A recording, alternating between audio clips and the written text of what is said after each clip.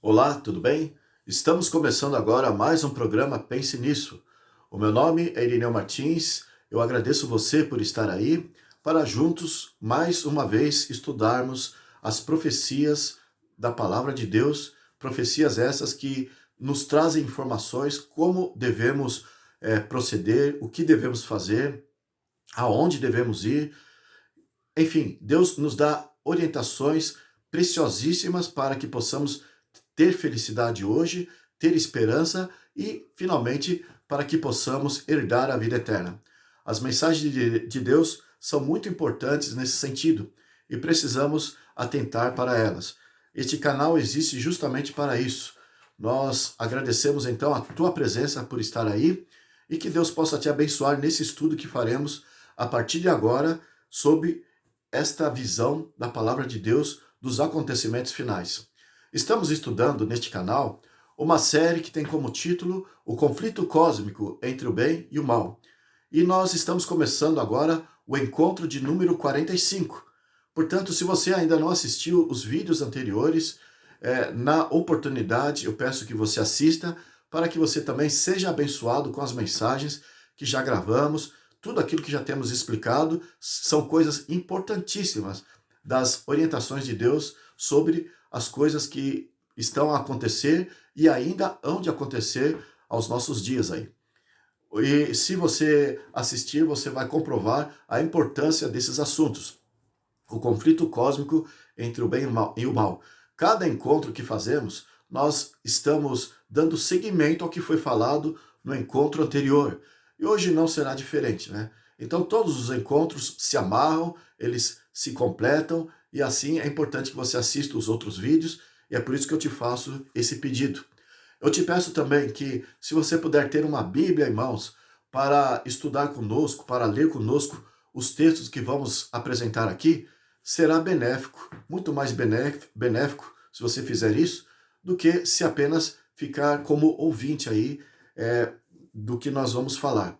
Porque assim você vai se identificar mais com a palavra de Deus, você vai gravar mais aquilo que nós estamos falando, vai confirmar o que nós estamos falando, enfim, será bom se você ler conosco os textos da Bíblia.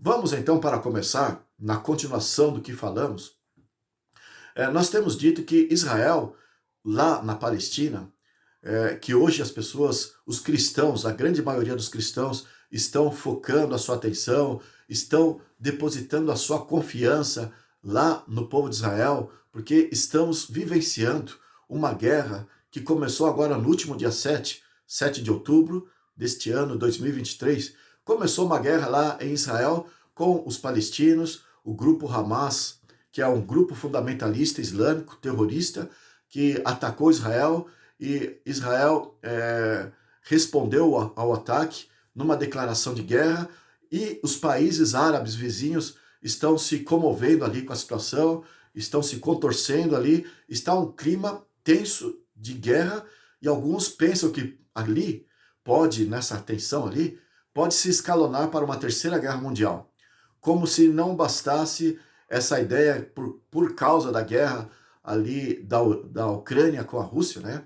Ali no extremo, na parte oriental da Europa, como se não bastasse aquela guerra ali entre Rússia e Ucrânia, agora tem esse problema que começou, mas este é mais focado para os cristãos do que o que está ali na Rússia. Porque os cristãos olham para Jerusalém e acreditam que esse povo, o povo de Israel, é o povo seleto de Deus, é o povo escolhido. Então, acreditam que Deus vai, de alguma forma, se levantar contra os inimigos de Israel e vai pelejar a favor de Israel. Então, nós já temos falado em encontros anteriores como que a Bíblia trata realmente o povo de Israel nos dias de hoje. Então, a Bíblia esclarece como que Deus olhava para o povo de Israel no passado, e a Bíblia também esclarece como que Deus considera o Israel nos dias de hoje.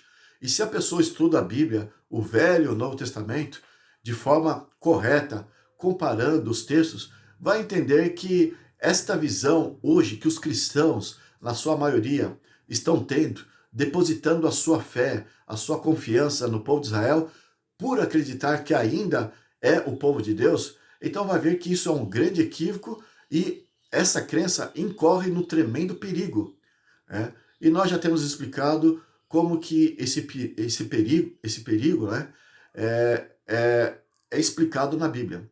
Já temos falado em encontros anteriores no que consiste este perigo. Deixa o povo que assim pensa, os cristãos que assim acreditam, deixa eles olharem para um lado errado daquilo que a Bíblia deseja que olhe. Deus tem um inimigo e quer nos revelar este inimigo. É chamado como sendo o anticristo, como sendo a besta. E a Bíblia apresenta várias vezes este poder, o anticristo, a besta, com nomes diferentes até, nos livros de Daniel, no Evangelho, Mateus, o apóstolo Paulo e no Apocalipse. Deus usa vários nomes para chamar a atenção dos cristãos que estudam a Bíblia, para que eles saibam quem realmente é este anticristo, quem realmente é a besta, quem é este poder que Satanás usa para levar as pessoas ao engano e à perdição. Então, é muito importante que você olhe na direção correta, que você conheça realmente quem é o inimigo, aonde ele está atuando e o que ele está realmente a fazer.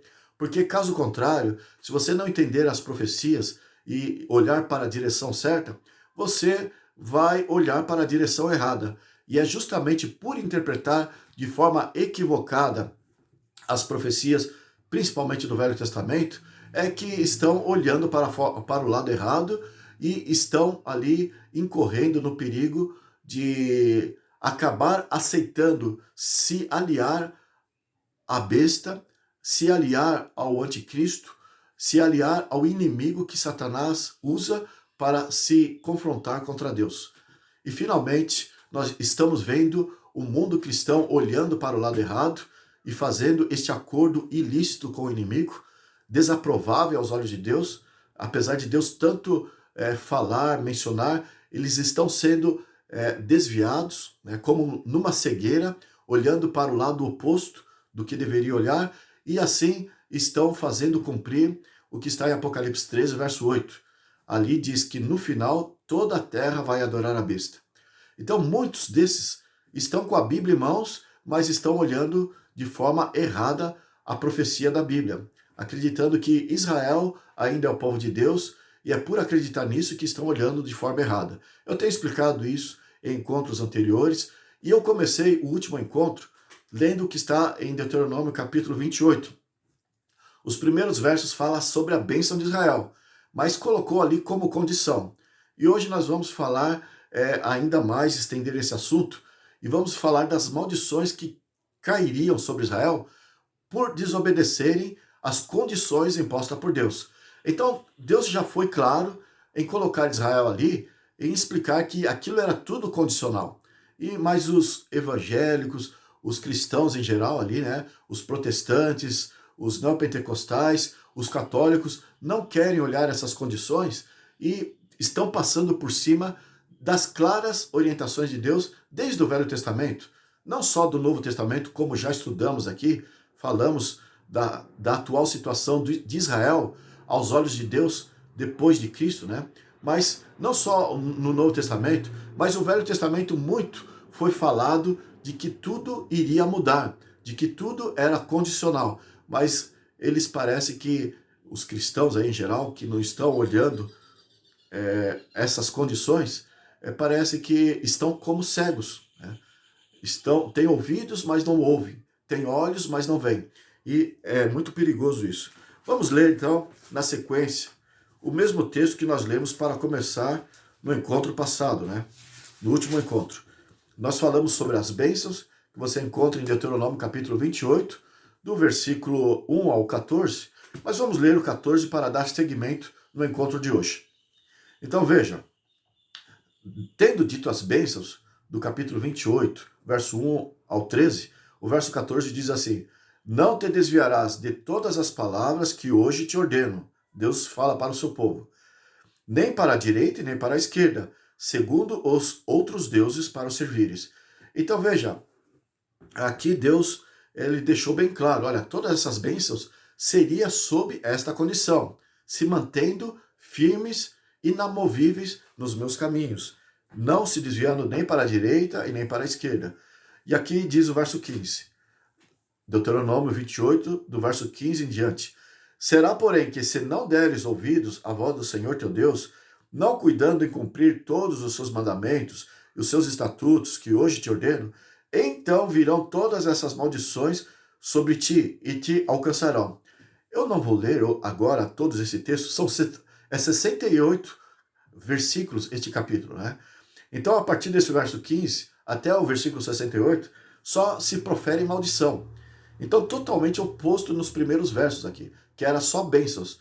Mas aqui está muitos versos falando que tudo seria contrário àquilo que foi prometido de bênçãos. Tudo seria ao contrário se o povo fosse omisso, um povo negligente. O povo de Israel não era inocente. Ele tinha essas orientações. E olha o verso 23, Deuteronômio 28, verso 23. Nós lemos assim: os teus céus sobre a tua cabeça serão de bronze, e a terra debaixo de ti será de ferro.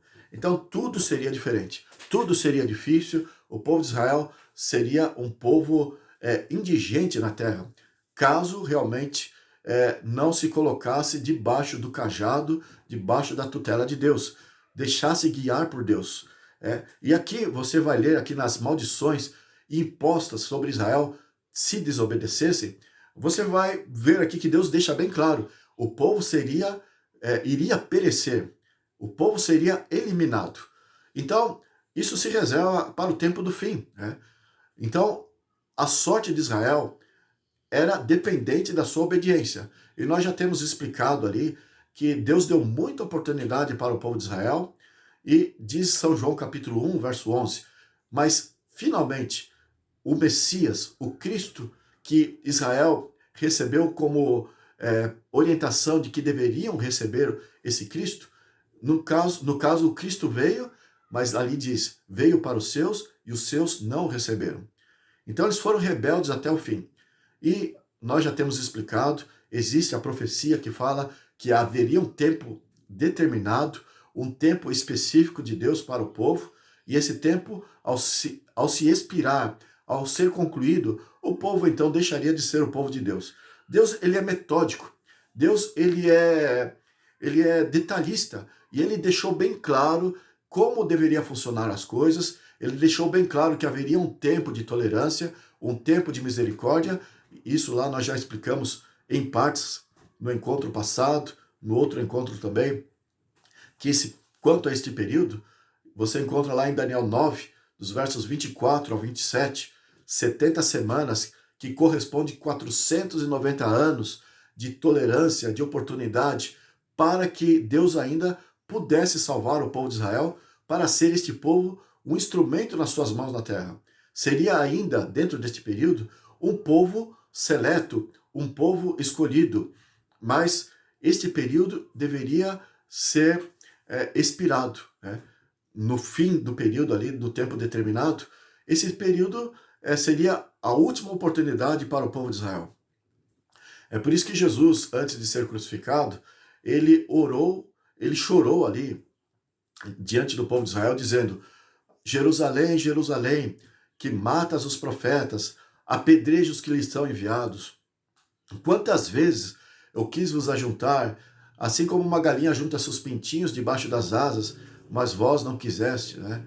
E depois ali ele menciona no Evangelho de Lucas, ele diz assim: mas se tu ao menos soubesse o dia da tua visitação, o tempo da tua oportunidade, mas isto hoje está cego aos teus olhos. Então Jesus ele foi deixando bem claro ali no final do seu ministério que o tempo para o povo de Israel estava se esgotando. Então havia uma condição, Deus foi tolerante, Deus foi longânimo para com o povo de Israel. E conforme você lê em Gálatas 6, verso 7, não se engane, Deus não se deixa escarnecer. Aquilo que o homem semear, isso também se fará. E é por isso então que ele fez seus últimos apelos e as consequências deveriam vir. E aqui nós acabamos de ver, né? Caso o povo de Israel não se colocasse debaixo da guia de Deus, então muitas maldições, muitas coisas aconteceriam, e entre essas está o que Deus promete em fazer com que o povo deixaria de ser seu povo, o povo carnal, o povo de Israel, descendentes diretos de Abraão, Isaac e Jacó, e Deus faria com que Israel fosse pessoas independentes de qualquer nação, de qualquer lugar da terra. Deus escolheria então os fiéis dele de qualquer nação. E é isso que o apóstolo Paulo muito trabalha ali no Novo Testamento, e nós já temos tratado em encontros anteriores. Mas veja, Deus, para poder salvar o seu povo, ele fez de tudo, o povo de Israel. Não é um caso de Deus ter sido intolerante, um caso de Deus ter sido implacável. Ele deu muito tempo. O assunto das 70 semanas, que corresponde 490 anos depois do cativeiro babilônico, era um tempo que se estenderia até depois da morte de Cristo, da sua ressurreição, depois que os discípulos fossem pregar ali com o poder do Espírito Santo lá, que receberam na festa do Pentecostes. Então Deus permitiu que ainda a mensagem alcançasse aquele povo, porque ainda o tempo se estenderia até depois do Pentecostes. E conforme já dissemos, nós não vamos explicar aqui, não explicamos no encontro anterior, as datas, né, que a profecia nos aponta. A profecia de Daniel 9 nos traz datas específicas. Nós não vamos falar isso hoje, porque isso nós vamos explicar na próxima série. E é isso que eu disse no encontro anterior. Não expliquei e não vou explicar hoje, porque isso está para ser explicado na próxima série. Mas o fato é que o apelo de Deus para o povo de Israel se estendeu até o ano 34. Eu me adianto em dizer que a data para terminar os 490 anos de misericórdia de Deus para o seu povo depois do cativeiro babilônico, de acordo com a profecia de Daniel 9 ali, se finda no ano 34. Isso eu já expliquei no encontro anterior.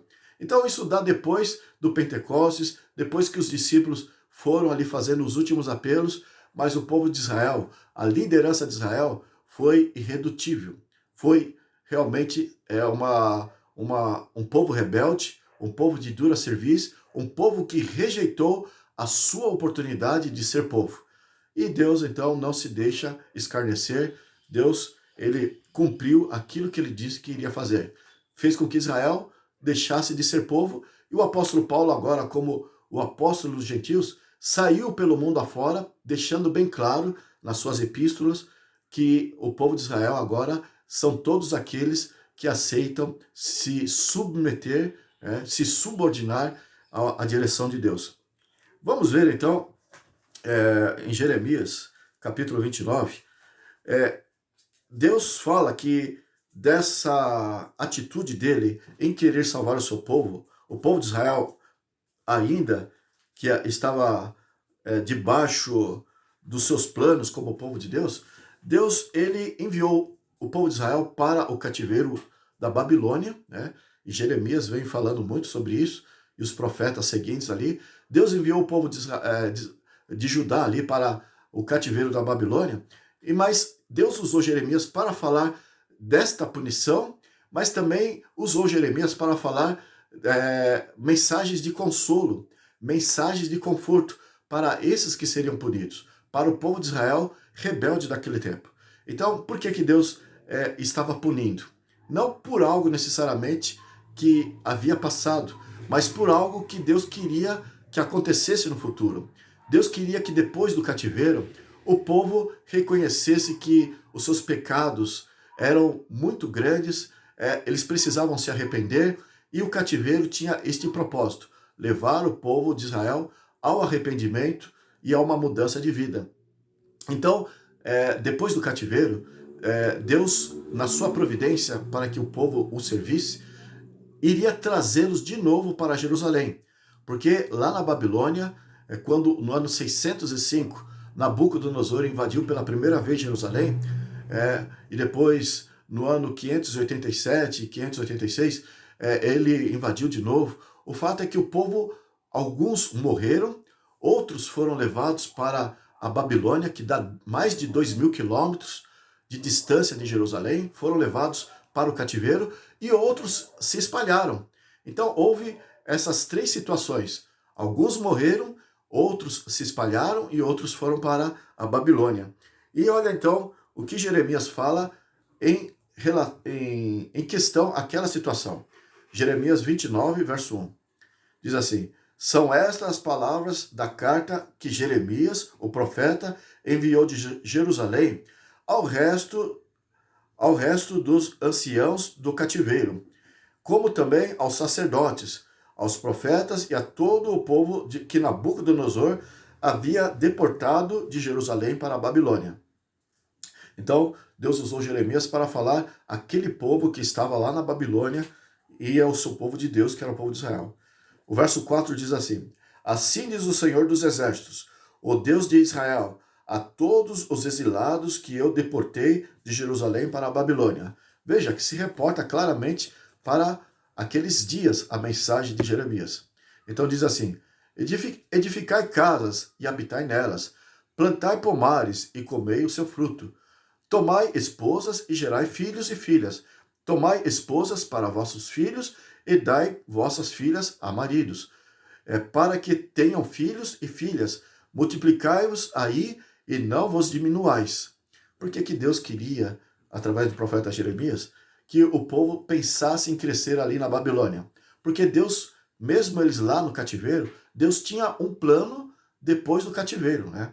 Então, Deus queria fazer desse povo uma grande nação, uma luz no mundo todo.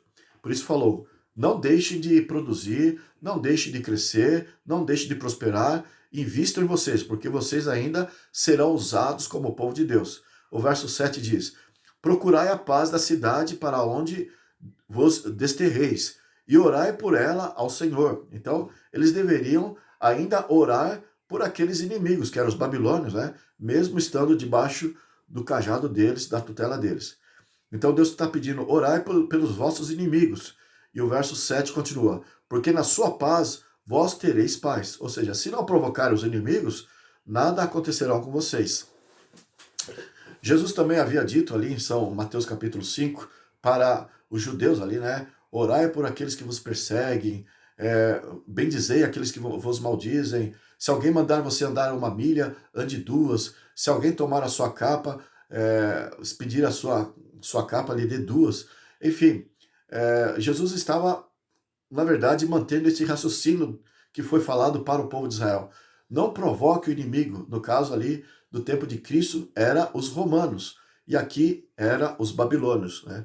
Mas continua aqui ele dizendo, verso 8: porque assim diz o Senhor dos Exércitos, o Deus de Israel: não vos engane os vossos profetas que estão no meio de vós, nem os vossos adivinhos, nem deis ouvidos aos vossos sonhadores, que sempre sonham segundo os vossos desejos. Porque falsamente vos profetizam eles em meu nome, e não os enviei, diz o Senhor. Em outras palavras, isso aqui serve lá para o passado, mas também serve para o futuro, para os nossos dias. O Apocalipse fala da grande Babilônia espiritual, que é o congraçamento de todos os religiosos aí, estão ali tido como sendo a Babilônia do tempo do fim. E Jesus havia falado em Mateus 24 dos falsos cristos e dos falsos profetas. Evidentemente, elementos dessa falsa Babilônia, que dizem que Deus o enviou, usam a palavra de Deus, mas na verdade não ensinam a verdade. E o que esses falsos ali na Babilônia, de acordo com o que eu estou lendo aqui, lá na Babilônia estariam falando para o povo de Deus? Eles estariam falando sobre prosperidades, sobre vitória, sobre conquista, sobre a derrota dos inimigos. Então, hoje os falsos profetas têm o mesmo conteúdo de mensagem.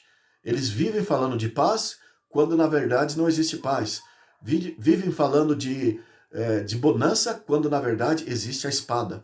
E aqui nós vemos como que os profetas da Babilônia, aonde está a confusão, eles se levantam, porque Satanás os trazem, né? E não é da parte de Deus, embora eles dizem que são enviados por Deus. Mas foi no passado e agora no tempo do fim acontece da mesma forma. O verso 10, Jeremias 29:10. Assim diz o Senhor: logo que se cumprirem para a Babilônia 70 anos, atentarei para vós outros, e cumprirei para convosco a minha boa palavra, tornando a trazer-vos para este lugar. Deus usou Jeremias para dizer para o povo de Israel que eles ficariam ali durante 70 anos, né? 70 anos literais. É por isso que foi dito, olha, não desanimem, vocês vão permanecer aí 70 anos, então podem constituir famílias, podem se casar, podem ter filhos e tratem bem os seus líderes aí, né?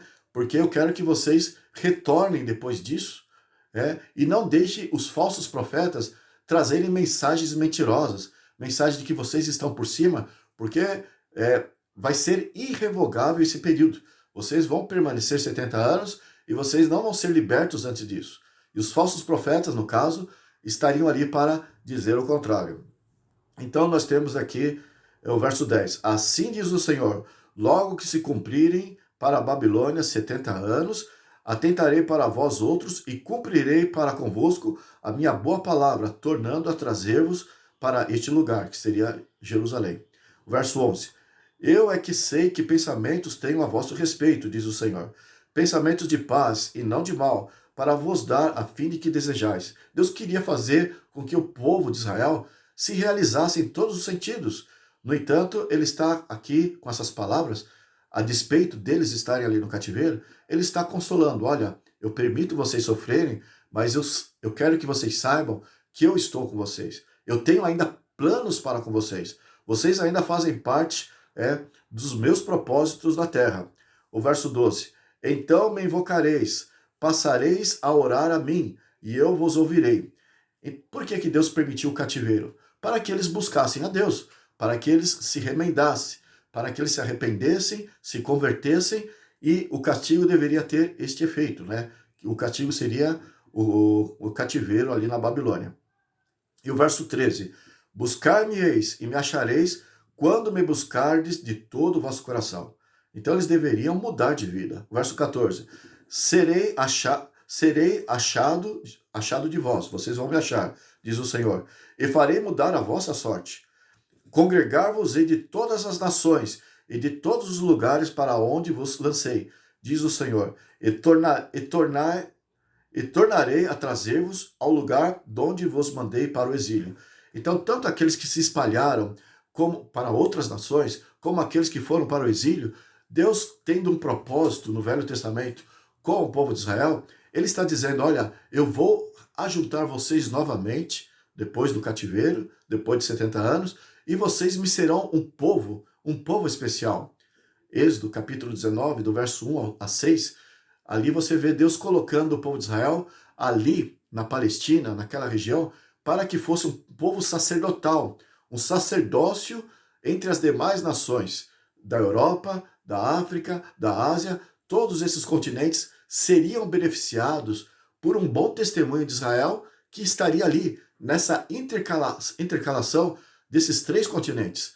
E, sendo um povo fiel a Deus, era um povo que seria abençoado, seria um povo que iria ter prosperidade, como Deuteronômio capítulo 28, nós lemos ali nos primeiros versos, ali Deus diz, debaixo dessa bênção, o povo de Israel seria a cabeça e não a cauda. Ele emprestaria e não tomaria emprestado. Todos iriam depender do povo de Israel. Então Deus tinha o povo de Israel como a menina dos seus olhos. É isso que lemos no Velho Testamento. Mas para que isso acontecesse, sendo que eles eram de dura serviço, Deus precisou castigá-los, permitindo que eles fossem levados para o exílio. A princípio, as 10 tribos do norte de Israel foram no ano 722, foram levados, antes de Cristo, né? Foram levados cativos para a Síria. Muitos deles foram mortos debaixo de muita crueldade. Tiglat-Pileser, o rei assírio, ele era muito cruel e ali puniu as 10 tribos do norte, por serem elas rebeldes. Cerca de 200 anos depois, no ano 605, Nabucodonosor foi enviado por Deus para punir a tribo de Judá, que correspondia, na verdade, duas tribos, Benjamim e Judá, porque eles também foram persistentes na rebeldia. E a Bíblia chega a dizer que eles mesmo depois da sorte das 10 tribos do norte, as tribos de Israel ali, tendo como capital Samaria, então mesmo depois da sorte de terem sofrido nas mãos dos inimigos, dos assírios, Israel não se emendou com Deus. Israel chegou a fazer até pior que as 10 tribos do norte, diz a Bíblia. E Deus então precisou também punir essas tribos, essas duas tribos, que é a tribo de Judá, e de repente eles foram para o cativeiro, mas Deus aqui consola. Ele fala, olha, eu estou apenas punindo porque ainda eu quero usar vocês. Assim como o pai castiga o filho que ama, eu estou castigando vocês porque o meu propósito é para com vocês, para que o mundo seja todo mundo salvo. Mas nós temos essa declaração de fazer com que eles fossem espalhados e trazê-los de novo, mas dentro daquele contexto histórico. Capítulo 30, verso 3, diz assim, porque eis que vem dias, diz o Senhor, em que mudarei a sorte do meu povo, de Israel e de Judá, diz o Senhor. Fá-los-ei voltar para a terra que dei a seus pais e a possuirão. Depois você lê ali até o verso 11, talvez aqui, né? Que você vai ver que tudo se reporta, esse espalhar e esse ajuntamento dos povos diz respeito para aqueles dias que aconteceu o cativeiro babilônico. Ezequiel, capítulo 11, Ezequiel também diz respeito a esta mesma situação. Vamos ver o que diz a partir do verso 16. Ezequiel 11, a partir do verso 16, nós lemos. Portanto, dize, assim diz o Senhor Deus, ainda que os lancei para longe entre as nações, e ainda que os espalhei pelas terras, todavia lhes servirei de santuário por um pouco de tempo, nas terras para onde foram. Por que ele está dizendo isso? Isso é porque o povo de Israel, ao ter sido levado para o cativeiro babilônico e ter acontecido deles se espalharem, muitos deles terem se espalhado, aonde eles se instalaram ali, por onde quer que fosse que eles se instalassem, eles construíram sinagogas para continuar a sua adoração aonde eles foram. Então, mais tarde, essas sinagogas serviram para os discípulos, na era cristã, falarem de Jesus como igreja. Elas serviram como igrejas na era cristã. Mas aonde eles iam, em Roma, na Galácia, ali na cidade de Éfeso, em todas as regiões que o apóstolo Paulo andou, ali ele encontrava uma sinagoga, e foi porque os judeus se espalharam durante o cativeiro babilônico, e nessas cidades eles construíram as sinagogas e passou a servir a Deus ali como se fossem igrejas. Então vou ler de novo o verso 16 de Ezequiel 11. Portanto, assim diz o Senhor Deus, ainda que os lancei para longe entre as nações, e ainda que os espalhei pelas terras, todavia lhes servirei de santuário por um pouco de tempo nas terras para onde foram. O verso 17. Diz ainda, assim diz o Senhor Deus, hei de ajuntá-los no meio dos povos, e os recolherei das terras para onde foram lançados, e lhes darei a terra de Israel. Então veja, o ajuntamento deles e a referência é o cativeiro babilônico. Veja, para confirmar, entre outros versos aqui do contexto, veja o verso 24. Ezequiel 11, verso 24. Depois o Espírito de Deus me levantou e me levou na sua visão a Caldeia, ou seja, a Babilônia, para os do cativeiro. E de mim me foi a visão que eu tivera. Então, toda aquela visão que ele tivera diz respeito ao cativeiro babilônico daqueles dias. E o verso 25 diz, então falei aos dos cativeiros todas essas coisas que o Senhor me havia mostrado.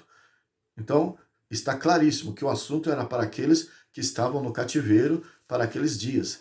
Deus fala da punição, do resultado da punição, que era o cativeiro, do espalhar dos povos, e depois fala, consolando eles, que iria estar com eles, iria ajuntá-los novamente lá em Jerusalém. Zacarias capítulo 9. Zacarias capítulo 9, nós lemos que o propósito de Deus os ajuntar ali era fazer com que o povo de Israel preparasse as outras nações, obedecendo a Deus, né? Agora submissos, subordinados, humildes, debaixo da autoridade de Deus. Então, depois do cativeiro, tendo esse efeito na vida deles, eles seriam instalados ali em Jerusalém para ser a luz do mundo, que é o propósito de Deus para tê-los colocado ali. Então, Eles iriam fazer com que o mundo soubesse que deles viria o Messias. Eles iriam agora se preparar para receber o Messias. Não seria mais como a Bíblia nos relata que aconteceu. A Bíblia nos diz que ele veio para os seus e os seus o rejeitaram. Então, isso está lá em São João capítulo 1, verso 11. Não era para acontecer assim. Depois do cativeiro, o efeito era para que eles se preparassem e aceitassem o Messias. Eles iriam reconhecer o Messias por estar ligados com Deus, buscando a Deus de coração e reconhecendo o Messias, aceitando o Messias, e eles então iriam ser abençoados como povos. No entanto, eles deveriam ser a luz para outras nações, preparando também as outras nações para receberem o Messias. Seriam então portadores da verdade para o mundo naqueles dias. Então veja Zacarias capítulo 9, o verso 9 diz assim: Alegra-te muito, ó filha de Sião, exulta, ó filha de Jerusalém. Eis aí te vem o teu rei, justo e salvador, humilde, montado em um jumento, no jumentinho, cria de jumenta.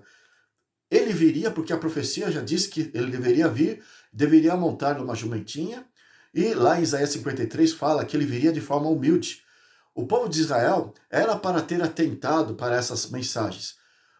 Depois do cativeiro, então, se realmente eles tivessem dado ouvidos, dado atenção, se humilhado perante Deus, Jesus viria, e quando visse Jesus na sua humildade, o Messias esperado, que tanto eles haviam anunciado, então eles iriam acolher o Messias, iriam realmente reconhecer Jesus, e ele seria aceito pelos seus, não seria rejeitado.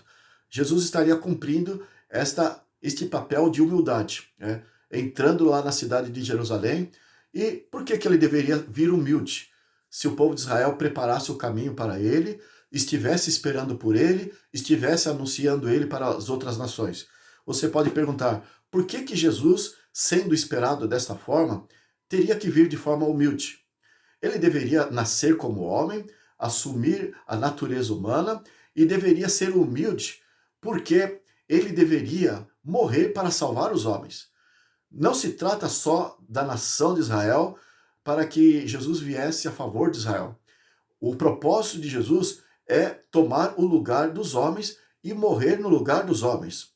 Como Romanos capítulo 5, se não me falha a memória, o apóstolo Paulo diz, por um homem entrou o pecado e por um homem, que é Cristo, veio a salvação a todos os homens, né? Então, Adão, que é o representante da raça humana, ao ter pecado, fez com que todos nós todos os seres humanos, assumisse uma natureza pecaminosa. Todos se encontravam no estado desesperador, em culpa perante Deus. Então, este é o homem que trouxe o pecado ao mundo, Adão. E Eva também, né? E, através de Cristo, tomando o lugar de Adão, o apóstolo Paulo deixa bem claro, os homens foram redimidos, eles foram reconciliados com Deus. É isso que diz a Bíblia. Então, Jesus ele deveria vir humildemente para morrer, para salvar os homens dos seus pecados. Isso deveria se cumprir de qualquer forma, né? Então, por isso ele deveria vir montado no jumentinho, como uma pessoa humilde, como diz lá em Isaías capítulo 53, e, finalmente, ele deveria ser morto. Abra ali em Zacarias,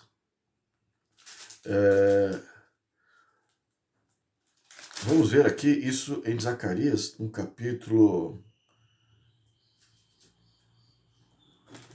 Vamos ver, tem essa parte que ele deveria ser morto, porque ele veio para cumprir, né, a missão de tomar a culpa dos homens, porque o salário do pecado é a morte. E ele veio então pagar essa culpa que cabe aos homens. Então Zacarias capítulo 13, o verso 7 ao 9 diz assim, Desperta, ó espada, contra o meu pastor e contra o homem que é o meu companheiro. Então, na verdade, o pai está falando a respeito do Deus Filho. Então é um Jeová falando do outro Jeová. Por isso que diz assim, Desperta, ó espada, contra o meu pastor e contra o homem que é o meu companheiro, diz o Jeová, ou diz o Senhor, que é, na verdade, o Jeová que está falando. O Senhor dos Exércitos. fere o pastor e as ovelhas ficarão dispersas. Então, aqui está falando que o pastor, que é Cristo, lá em Salmos capítulo 23, Davi reconheceu Cristo como sendo o seu pastor. O Senhor é meu pastor e nada me faltará. Então, aqui o Jeová, o Pai, está falando do Cristo. Fere o pastor e as ovelhas ficarão dispersas, mas volverei a mão para os pequeninos. No verso 8, Zacarias 13, 8. Em toda a terra, diz o Senhor, 2/3 dela serão eliminados e perecerão, mas a terceira parte restará nela. Farei passar a terceira parte pelo fogo, e a purificarei como se purifica a prata, e a provarei como se prova o ouro. Ela invocará o meu nome, e eu a ouvirei. Direi, é meu povo, e ela dirá, o Senhor é meu Deus. Então haveria um transtorno no período em que Jesus tivesse que nascer como humilde, como um submisso, porque ele deveria morrer, né? E ao morrer, de onde viria esse transtorno? Viria porque os seguidores, os fiéis de Israel, os que estavam aguardando, o que o esperavam, ao ver ele morrer, eles ficariam desiludidos. Seria uma prova intensa para eles verem o seu Messias, o seu Salvador, sendo morto, né? Mas, veja, a profecia aqui está modificada do Velho Testamento de como o Novo Testamento conta. Como eu disse, São João 1,11 diz, veio para os seus e os seus não o receberam. E esses que eram seus eram o povo de Israel, que negligenciaram as profecias condicionais do Velho Testamento, né? E eles passaram a olhar para eles como sendo merecedores da graça de Deus, merecedores do favor de Deus, porque eram filhos diretos de Abraão. João Batista condenou essa atitude deles, Jesus condenou essa atitude deles, mas finalmente Jesus veio para os seus não o receberam, e esses judeus, que eram os irmãos de Cristo ali, eles que foram responsáveis para que Jesus morresse. Eles que entregaram Jesus, o Messias, para que fosse morto nas mãos dos romanos. Então, aconteceu desse jeito, e é por isso que a profecia sofreu uma transformação. Mas aqui, nesse caso, ao tempo de Zacarias, ele deveria morrer, deveria vir com humildade, deveria morrer sim, mas não seria através das mãos dos seus irmãos, dos seus amigos. Eles morreriam, Jesus morreria através das mãos dos seus inimigos. E quem seriam esses inimigos? Nós vamos ler aqui alguma coisa, mas a Bíblia já antecipa alguma coisa que vai se acontecer principalmente no tempo do fim, numa visão de profecia dupla. O fato é que lá em Ezequiel capítulo 38 e o capítulo 39 fala de um rei da região de Magog. Gog é o nome desse rei, da região de Magog, que é lá para o lado da Rússia ali, atualmente, mas eles viriam lá do Extremo Oriente, não reconhecendo o Cristo, o Messias, e é um povo muito numeroso em exército, e é um povo muito cruel, e eles iriam invadir a Palestina, Jerusalém, entre outros povos, eles dominariam, iriam aumentar o seu exército, e seria através das mãos desse povo invasor, que lá em Ezequiel 38 e 39 denomina como sendo Gog, da terra de Magog, seria este exército invasor, inimigo do povo de Israel, que Deus iria trazer para Israel para fazer cumprir a profecia. Na verdade, isso iria acontecer dado as providências de Deus para que o povo de Israel fosse purificado, para que realmente o povo de Israel fosse provado, a fim de crescer, amadurecer mais espiritualmente na sua fé para com Deus. Então essa prova precisaria acontecer para aprimorar o relacionamento do povo de Israel para com Deus, e além disso, deveria acontecer para que Cristo pagasse a culpa de toda a humanidade. O fato é que ele deveria morrer, e não iria ser pelas mãos do seu próprio povo. Morreria sim em Jerusalém, na casa dos seus amigos, na casa dos seus irmãos, lá em Jerusalém, porque Jesus era judeu, não é? Lá em São João capítulo 4, Jesus deixou bem claro isso para a mulher samaritana, né? Ao dizer para ela, a salvação vem dos judeus, se reportando assim, né? Ele vê assim mesmo. Então, Veja, ele deveria morrer na casa desses amigos, dos seus irmãos sanguíneos, o povo judeu. No entanto, isso iria acontecer pelas mãos desse numeroso exército, pela autoridade de Gog, da terra de Magog. E é isso que nós vemos. Vamos voltar ali para Zacarias capítulo 9. O fato é que, ao ele morrer, ele evidentemente iria ressuscitar, porque ele só iria, como ele fez, né, pagar a culpa dos homens, deveria ressuscitar, como ele ressuscitou, isso deveria ser idêntico. No entanto, o fato é que ele deveria orientar aqueles que permaneceram ali em Jerusalém após a sua ressurreição.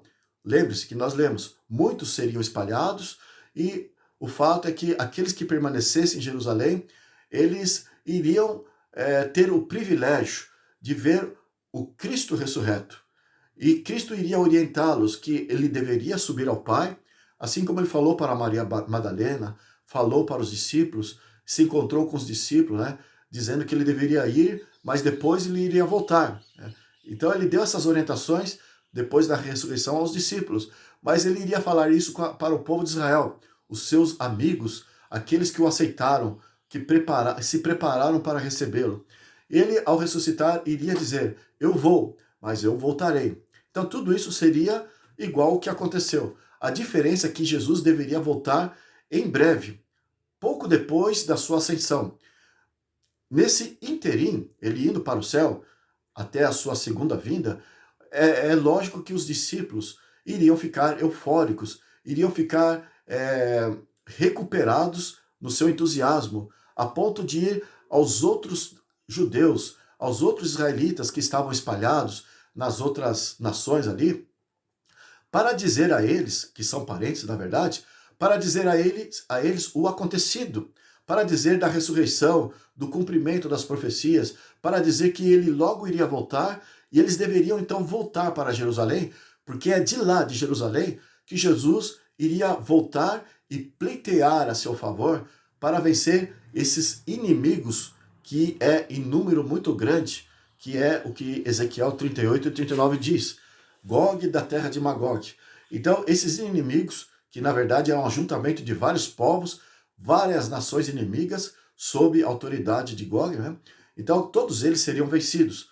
Cristo é tido, então, no Velho Testamento, nesta batalha final, como sendo ele o Senhor dos exércitos, porque ele iria vir agora para pleitear, para lutar como um Senhor dos exércitos a favor do seu povo. Ele iria ser a caixa, como a arca dos 10 mandamentos, ia lá na frente da batalha do povo de Israel ali, nas suas primeiras conquistas, quando entraram em Canaã. Cristo seria como a arca, ele iria à frente e o exército iria eliminando inimigo após inimigo. O nome de Deus, então, depois da segunda vinda de Cristo, sob este prisma, iria se tornar gradativamente conhecido entre todos os povos. Veja, não todos os povos se tornariam inimigos do povo de Israel. Então, somente os inimigos seriam destruídos. Aqueles que fossem guerrear contra Israel seriam destruídos. E os outros iriam saber desta proeza, deste acontecimento, e iriam tomar conhecimento a respeito do verdadeiro Deus, do verdadeiro Messias. E é assim que a profecia nos passa a informação do desenrolar dos acontecimentos, se Israel permanecesse fiel como povo de Deus, aceitando a vinda do Messias.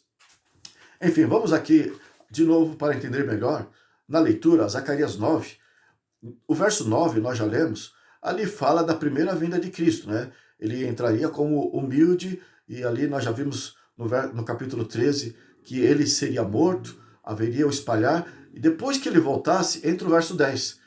Do verso 9 já passa para o verso 10 falando dos acontecimentos ao voltar ele, agora para não mais como servo humilde e submisso, agora como guerreiro. Então, Zacarias 9, a partir do verso 10 nós lemos: Destruirei os carros de Efraim e os cavalos de Jerusalém, e o arco de guerra será destruído. Ele anunciará paz às nações. Veja, esse destruir já é Cristo na sua segunda vinda, como Messias, né, lá em Israel, e destruindo os inimigos de Israel. Mas veja que aqui ele fala que ele irá anunciar. Então veja, é uma coisa que deveria passar a ser como mensagem para os outros povos de uma forma especial, a fim depois deste ocorrido, depois da sua segunda vinda, né? A primeira vinda seria para morrer. Logo em seguida ele voltaria e aí que iria realmente começar um evangelismo em massa entre as nações. Então diz assim: ele anunciará paz às nações, o seu domínio se estenderá de mar a mar e desde o Eufrates até as extremidades da terra. Então aí sim, ele ia conquistando gradativamente todas as nações. O verso 11: quanto a ti, Sião, por causa do sangue da tua aliança, tirei os teus cativos da cova em que não havia água. Voltai à fortaleza, ó presos de esperança. Também hoje vos anuncio que tudo vos restituirei em dobro, porque para mim curvei Judá como um arco, e enchi Efraim e o enchi de Efraim. Efraim diz respeito às 10 tribos do norte, né, as tribos de Israel, e Judá as tribos do sul. Então ele estaria usando essas duas tribos, que é as 12 tribos de Israel, e suscitarei a teus filhos, ó Sião, contra os teus filhos, ó Grécia. Então haveria uma peleja que Deus, o Messias, estaria no comando. As tribos de Israel contra os gentios, e aqui é mencionado a Grécia, né? Os filhos da Grécia. E continua assim o verso 13. E te porei, ó Sião, como a espada de um valente. O verso 14. O Senhor será visto sobre os filhos de Sião, e as suas flechas sairão como o relâmpago. O Senhor Deus fará soar a trombeta, e irá com os redemoinhos do sul. Então veja, para anunciar a sua vinda aqui, nesta condição, também temos o toque da trombeta. Lá em 1 Tessalonicenses, capítulo 1, capítulo 4, dos versos 16 e 17, fala que na vinda do Cristo, nas nuvens do céu, será também anunciado através do toque da trombeta. Mas é uma extensão do que seria, né, no passado e também será agora no futuro. Profecias duplas. E temos aqui o verso 15. O verso 14. O verso 15. O Senhor dos exércitos os protegerá. Eles devorarão os fundibulários e os pisarão. Também beberão deles o sangue como vinho. Encher-se-ão como bacias do sacrifício e ficarão ensopados como cantos do altar. Os altares lá do povo de Israel, sempre por causa dos sacrifícios, as ofertas oferecidas ali, eram todos eles manchados de sangue, os cantos do altar. E aqui está dizendo que os inimigos iriam encher as vasilhas, o seu sangue, como ocorre nos cantos dos altares ali, né? Então, eles seriam mortos aos montões, ao montão, né? Em numerosa quantidade. O verso 16, Zacarias 9,16. O Senhor seu Deus, naquele dia, veja essa expressão, é também muito usado aqui no Velho Testamento. Naquele dia o salvará, como ao rebanho do seu povo, porque eles serão pedras de uma coroa eles são pedras de uma coroa e resplandecem na terra dele. Porque quão grande é a sua bondade e quão grande é a sua formosura. O cereal fará crescer os jovens e o vinho as donzelas. Então, alimentações saudáveis irão fartar as mesas, né? Irão encher a mesa dos povos de Israel, será um povo abençoado. E aqui é uma referência depois daqueles dias, né? A segunda vinda, fazendo esta referência. E veja aqui no capítulo 14, como diz aqui sobre a segunda vinda de Cristo. Ali, naqueles dias, de acordo com aquela condição. Nós lemos assim a partir do verso 3. Então sairá o Senhor e pelejará contra essas nações, como pelejou no dia da batalha. Naquele dia estarão os seus pés sobre o Monte das Oliveiras, que está defronte de Jerusalém, para o oriente. O Monte das Oliveiras será fendido pelo meio, para o oriente e para o ocidente.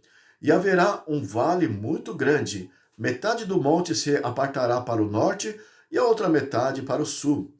Fugireis pelo vale dos meus montes, porque o vale dos montes chegará até Azal. Sim, fugireis como fugiste do terremoto nos dias de Uzias, rei de Judá. Então virá o Senhor meu Deus, e todos os santos com ele. Agora o verso 6 continua. Acontecerá naquele dia, veja essa expressão, naquele dia, que não haverá luz, mas frio e gelo. Mas será um dia singular, conhecido do Senhor. Não será nem dia e nem noite, mas haverá luz à tarde. De novo a expressão naquele dia, verso 8. Naquele dia também sucederá que correrão de Jerusalém águas vivas, metade delas para o mar oriental, e a outra metade até ao mar ocidental. No verão e no inverno sucederá isto. O Senhor será rei sobre toda a terra naquele dia. Um só será o Senhor, e um só será o seu Deus. Verso 10. Toda a terra se tornará como a planície de Geba e Rimon, ao sul de Jerusalém. Esta será exaltada e habitada no seu lugar, desde a porta de Benjamim até o lugar da primeira porta, até a porta da esquina, e desde a torre de Ananel até os lagares do rei. Verso 11. Habitarão nela e já não haverá maldição, e Jerusalém habitará segura. Continuando. Esta será a praga com que o Senhor ferirá a todos os povos que guerrearem contra Jerusalém. Então, Jerusalém, na segunda vinda de Cristo, sob aquela condição, seria um exército fortificado, iria empreender investidas militares contra os inimigos. Deus, Cristo, o Messias, à frente da batalha, iria vencer as guerras a favor de Israel, mas além disso, os inimigos do povo de Deus iriam sofrer certas pragas. E Cristo diz assim, né, a profecia diz assim, Zacarias capítulo 14, diz assim o verso 12, e será a praga com que o Senhor ferirá a todos os povos que guerrearem contra Jerusalém. Então aqui estão as pragas. A sua carne se apodrecerá, estando eles de pé, apodrecer-lhe-ão os olhos nas suas órbitas, e lhes apodrecerás a língua na boca. Naquele dia também haverá da parte do Senhor grande confusão entre eles. Cada um agarrará a mão do seu próximo, cada um levantará a mão contra o seu próximo. Ou seja, eles vão se desentender. Os inimigos de Deus, Deus fará com que eles fiquem confusos e eles mesmos se degladiem entre si. E diz assim eles vão se exterminando também, né? E diz o verso 14, também Judá pelejará em Jerusalém, e se ajuntarão as riquezas de todas as nações circunvizinhas, ouro, prata e vestes, em grande abundância. Então haveria os despojos que eles iriam trazer para Jerusalém, dos exércitos vencidos, das nações vencidas. Então isso não tem nada a ver na aplicação das profecias de como ocorrerão agora ao nosso tempo, conforme está lá no livro do Apocalipse e no Novo Testamento. As coisas vão se modificar de uma certa forma, mas se você analisar, havia muita diferença de como aconteceria se o povo de Israel se sujeitasse às mãos de Deus, né, aos cuidados de Deus, para que Deus liderasse eles. Haveria guerras e eles iriam trazer os resultados da guerra, né, os despojos, como ouro, prata, vestes e outras abundâncias, eles trariam para Jerusalém. E continua, Zacarias 14, 15. Como esta praga, assim será a praga dos cavalos, dos mulos, dos camelos, dos jumentos e de todos os animais que estiverem naqueles arraiais. Veja que essa vinda de Cristo a favor de Israel e toda essa linguagem se reporta mesmo àqueles acontecimentos, àquela época, dado a obediência do povo de Israel. Zacarias 14, a partir do verso 16, temos ainda outra situação que aqui nos diz. Todos que restarem de todas as nações que vierem contra Jerusalém subirão de ano em ano. Então, como eu disse, haverá nações que não serão inimigas, que não vão investir contra Jerusalém, a fim de desarraigar Jerusalém ali, da sua localidade e de onde vive, né? Isso é lá no passado, né? Então, tirando esses inimigos que iriam morrer, iriam perecer, ou pelas pragas, ou pela guerra do povo de Israel, então as outras nações, os outros povos, iriam ser evangelizados através de um processo. É isso que diz aqui Zacarias 14, a partir do verso 16. Vamos ler de novo. Todos os que restarem de todas as nações que vieram contra Jerusalém, os restantes então esses subirão de ano em ano para adorar o Rei, o Senhor dos Exércitos, e para celebrar a festa dos tabernáculos. Então, o povo de Israel iria, na verdade, se tornar notório, porque Cristo, o Messias, estaria pleiteando a favor deles. O nome dele iria ser conhecido através das nações. E as nações ficariam curiosas, iriam interessadas, procurar saber sobre o Messias. E o que nós temos aqui, eles iriam até Jerusalém para celebrar a festa dos tabernáculos. O que significa a festa dos tabernáculos? Havia 7 festas que você encontra lá em Levítico, capítulo 23, que Deus deu para o povo de Israel. Então, elas eram profecias, na verdade, essas festas. Elas eram um indicativo do acontecimento a partir da vinda do Messias. A primeira festa, que indicava, era uma profecia, indicava o acontecimento vindouro, né? É a festa da Páscoa, que acontecia no dia 14 de Nisan. Então, eram datas fixas do ano que era celebrado ali para o povo de Israel, para o povo de judeu.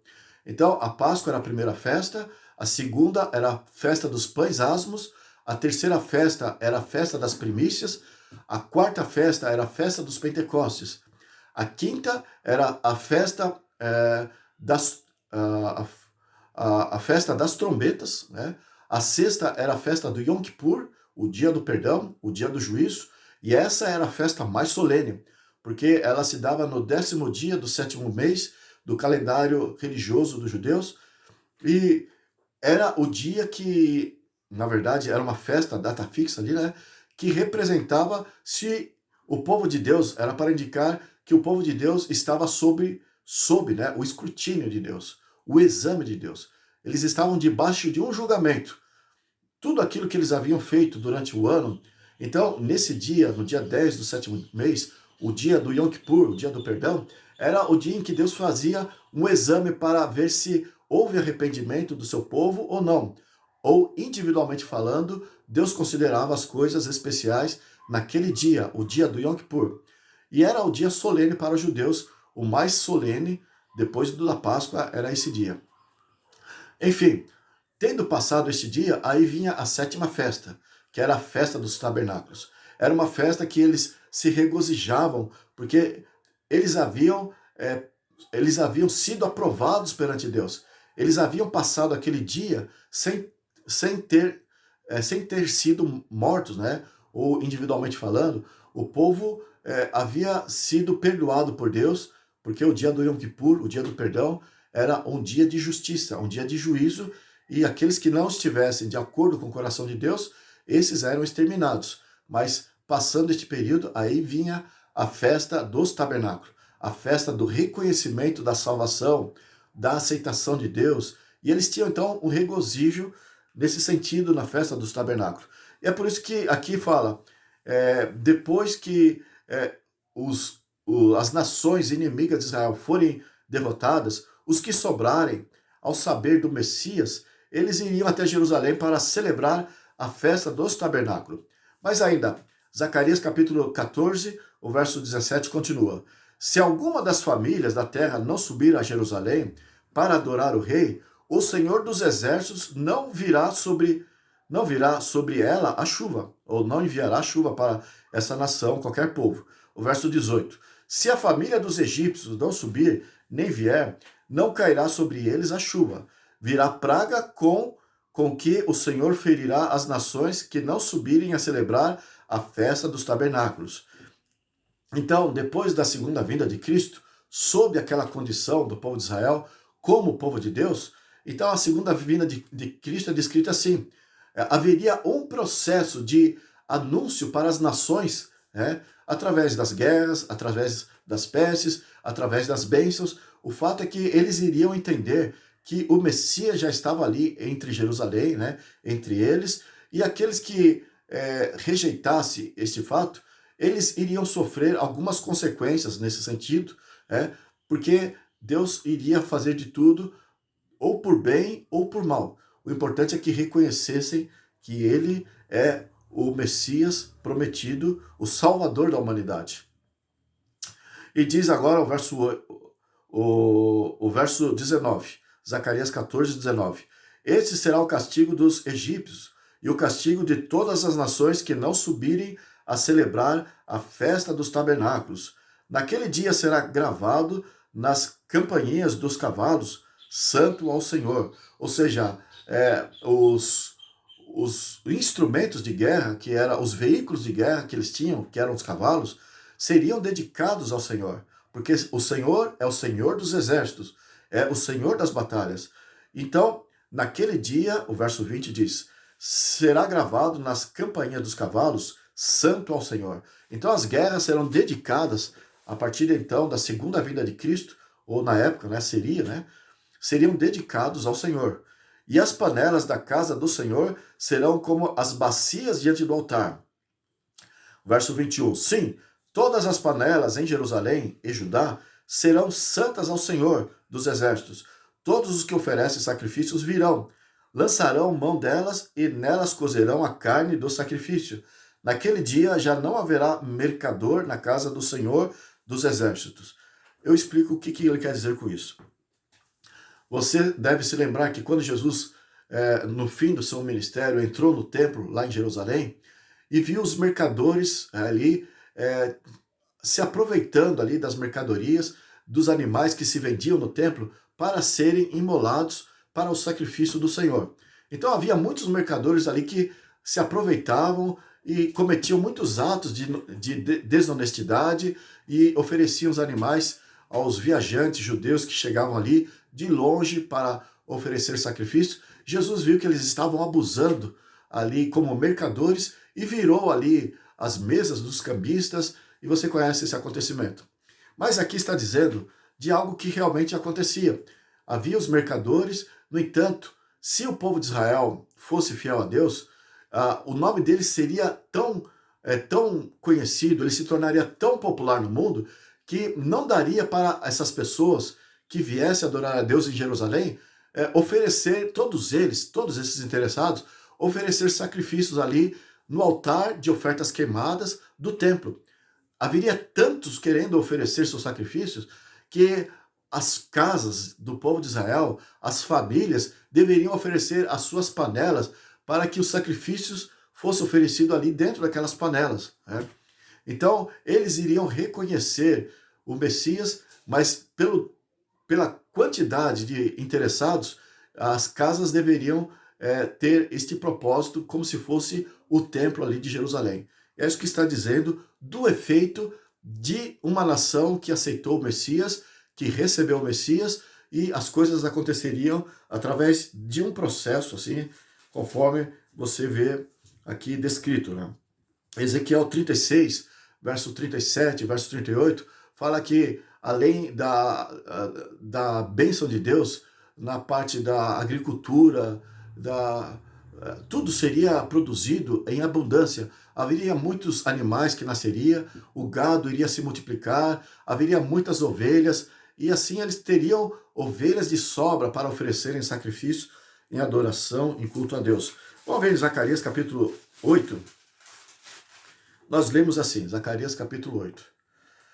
Veio a minha palavra do Senhor dos Exércitos, dizendo, assim diz o Senhor dos Exércitos, tenho grandes zelos de Sião, e com grande indignação tenho zelos dela. Assim diz o Senhor, voltarei para Sião, e habitarei no meio de Jerusalém. Jerusalém chamar-se-á a cidade fiel, e o monte do Senhor dos Exércitos, o monte santo. Então veja, esta visão era tudo para o passado. O que acontece nas igrejas de hoje é ler coisas assim e acreditar que isso vai se cumprir ainda. Isso era sobre a condição de um Israel fiel a Deus daqueles dias. Então as coisas iriam acontecer. O verso 4 diz, Zacarias 8:4. Assim diz o Senhor dos Exércitos: ainda nas praças de Jerusalém, sentar-se-ão velhos e velhas, levando cada um na mão o seu arrimo, por causa da sua muita idade. Veja, naquela situação, depois da vinda de Cristo, naqueles dias, mesmo depois de Jesus estando reinando, haveria guerras, né, entre os povos, haveria velhos, conforme nós lemos aqui, as pessoas iriam envelhecer, mas iriam viver muito mais tempo, né, conforme o livro de Isaías nos diz, iriam ter muitos anos de vida, e aqui muda, o Novo Testamento já não fala assim, né? As coisas sofreram uma transformação, mas debaixo daquela condição ainda haveria a velhice. Então diz assim, velhos e velhas, levando cada um na mão o seu arrimo por causa da sua muita idade. Sobre essas diferenças reais que você encontra entre o Velho Testamento e o Novo Testamento, nós vamos falar no próximo encontro. E você ficará você ficará admirado como que a Bíblia nos passa isso, com clareza, e às vezes nós não percebemos, a diferença do que seria conforme o Velho Testamento diz e o que será conforme o Novo Testamento diz. Houve uma mudança. E continua, Zacarias 8, verso 5. As praças da cidade se encherão de meninos e meninas, que nelas brincarão. Verso 6. Assim diz o Senhor dos Exércitos: se isto for maravilhoso aos olhos do restante deste povo, naqueles dias, será também maravilhoso aos meus olhos, diz o Senhor dos Exércitos. Veja, falou de velhice, falou de guerra e situações que o Novo Testamento já não tem assim como o que há de acontecer. Há uma modificação no Novo Testamento. Mas veja, o que se percebe, o Novo Testamento apresenta uma mudança do cumprimento das profecias muito mais gloriosa, muito mais admirável, como disse o apóstolo Paulo, 1 Coríntios 2, verso 9, o que o olho não viu, o que não subiu ao entendimento do homem, o que o ouvido não viu, é o que Deus tem preparado para os seus. Então, isso é o que está ali no Novo Testamento, daquilo que reserva o futuro para todos os fiéis de Deus. Uma mudança totalmente dramática, diferente do que nós encontramos na realidade de hoje. Mas veja que não haveria tanta mudança, de acordo com o que a profecia nos apresenta, que deveria ser, se o povo de Israel fosse fiel, não haveria tanta mudança daquilo que nós conhecemos. E veja, mesmo assim seria algo extremamente maravilhoso. Deus diz aqui para eles, isso é maravilhoso para vocês? Também para mim, porque eu quero que vocês sejam felizes. Deus tinha um plano, um projeto de bênçãos, mas esse projeto de bênçãos vai continuar, mas só que a partir de agora, de uma forma muito mais ampla, de uma forma muito mais completa. Então, o verso 7 continua. Assim diz o Senhor dos Exércitos: eis que salvarei o meu povo, tirando da terra do Oriente e da terra do Ocidente. Eu os trarei e habitarão em Jerusalém. Eles serão o meu povo e eu serei o seu Deus, em verdade e em justiça. Então isso é depois que Gog e Magog espalharam o povo de Deus, eles voltariam e aqui eles tomariam o seu povo como sendo o seu povo. O verso 9. Assim diz o Senhor dos Exércitos: sejam fortes as mãos de todos vós que nesses dias no tempo do Zacarias, ouvis estas palavras da boca dos profetas, a saber, nos dias em que foram postos os fundamentos da casa do Senhor dos Exércitos, para que o templo fosse edificado. Então, depois do cativeiro babilônico, Deus já tensionava e usou esses profetas, Usou Amós, usou Zacarias, usou Malaquias. Então, usou esses profetas para entenderem que o templo seria reedificado depois do cativeiro babilônico, porque Deus tinha propósitos de paz e de bênçãos para com aquele povo. Então diz assim, vou ler de novo o verso 9. Assim diz o Senhor dos Exércitos: sejam fortes as mãos de todos vós que nesses dias ouvis essas palavras da boca dos profetas, a saber, nos dias em que foram postos os fundamentos da casa do Senhor dos Exércitos, para que o templo fosse edificado. Então está fazendo referência realmente para aquele momento, para aquela época. O verso 10. Porque antes daqueles dias não havia salário para homens, nem os animais lhe davam ganho. Não havia paz para os que entravam e nem para os que saía, por causa do inimigo, porque eu incitei todos os homens, cada um contra o seu próximo. Mas agora não serei para como o restante deste povo, como nos primeiros dias, diz o Senhor dos Exércitos. Então, desde o cativeiro babilônico, o povo de Israel sempre teve inimigos cercando o seu povo, procurando atrapalhar a reconstrução do templo. É por isso que precisou Deus chamar ali os que estavam desanimados do povo de Israel, que olhava todo aquele inimigo ao redor de Jerusalém ali, querendo destruir os projetos deles de reconstrução do templo. Então Deus usou esses profetas, Amós, Zacarias, Malaquias, para que reconstruísse o templo, porque Deus estava com eles. Então, agora está falando, não será como mais naqueles dias, porque agora eu estou com vocês. Então, aqui agora fazendo uma referência de que o Messias pessoalmente estava ali para os ajudar, para pleitear a favor deles. Então diz assim o verso 11, Zacarias 8, do verso 11 em diante. Mas agora não serei para com o restante deste povo, como nos primeiros dias, diz o Senhor dos Exércitos, porque haverá sementeira de paz. A vide dará o seu fruto, a terra a sua novidade, e os céus o seu orvalho. E farei que o resto deste povo herde tudo isso, ou seja, venha a herdar todas essas coisas. E há de acontecer, ó casa de Judá, ó casa de Israel, que assim como fosses maldição entre as nações, assim vos salvarei, e serei bênção, não temais, e sejam fortes as vossas mãos.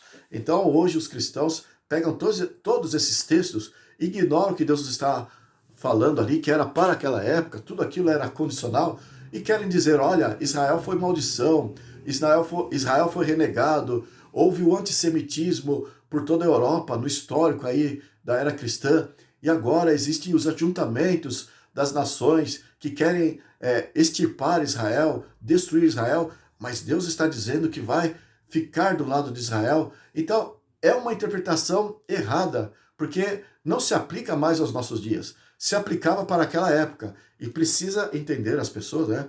Para que não fique aí dando soco em pontas de faca, ou olhando para o lado errado, enquanto Deus tem novidades para nós, de acordo com o que está lá nas profecias do Novo Testamento. Mas também ele até mencionou no Velho Testamento, na visão de profecias dupla, né? E diz assim,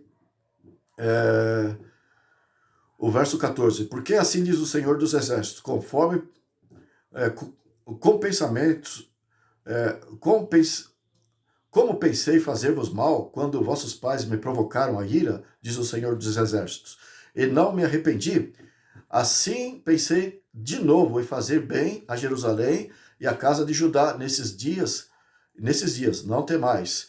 Veja, mas tudo era condicional para aqueles dias. E agora ele vai dizer as condições. Zacarias 8, 16 ao 19 nós lemos. Eis as coisas que deveis fazer. Então aqui, para que tudo corresse bem, conforme está prometendo aqui ele fala, eis as coisas que deveis fazer. Falai a verdade, cada um com seu próximo.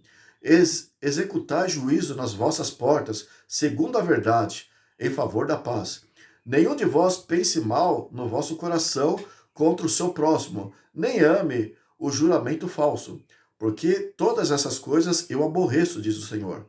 O verso 18, a palavra do Senhor dos Exércitos veio a mim, dizendo, assim diz o Senhor dos Exércitos, o jejum do quarto mês, e do quinto, e do sétimo, e do 10º serão para a casa de Judá regozijo, alegria, festividades solenes, amai, pois, a verdade e a paz.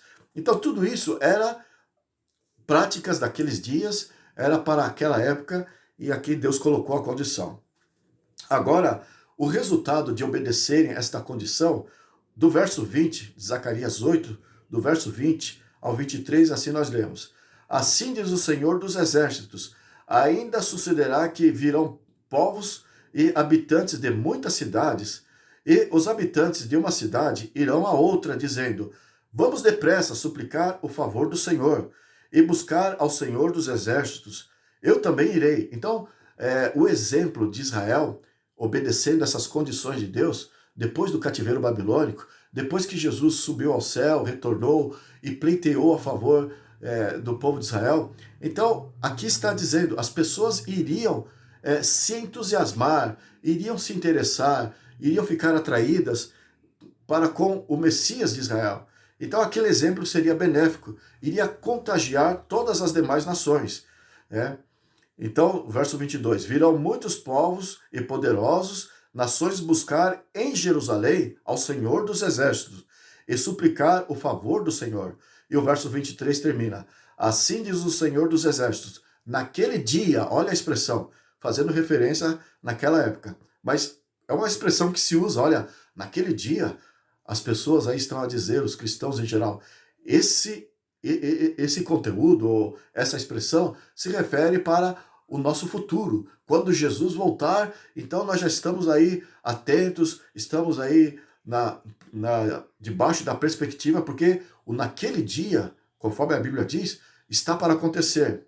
Eu digo para você, tem um cumprimento duplo isso.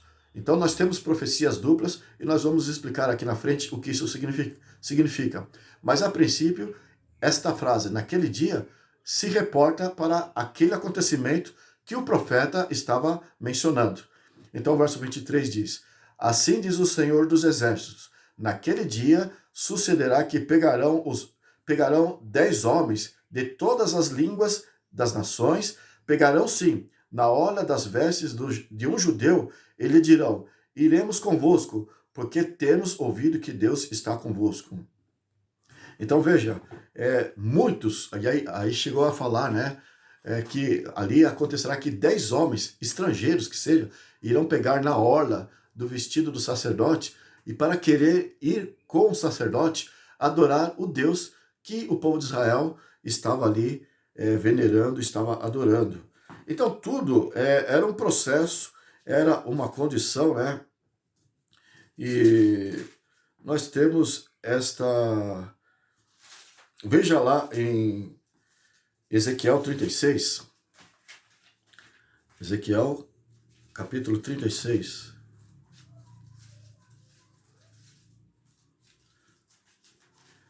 O verso 35 e 36, assim nós lemos. Não, vamos ler desde o verso 33. Ezequiel 35, Ezequiel 36, dos versos 33 ao 35, nós lemos assim. Assim diz o Senhor Deus, no dia em que eu vos purificar de todas as vossas iniquidades, então farei que sejam habitadas as cidades e sejam edificados os lugares desertos. Lavrar-se-á a terra deserta, em vez de estar desolada aos olhos de todos os que passam.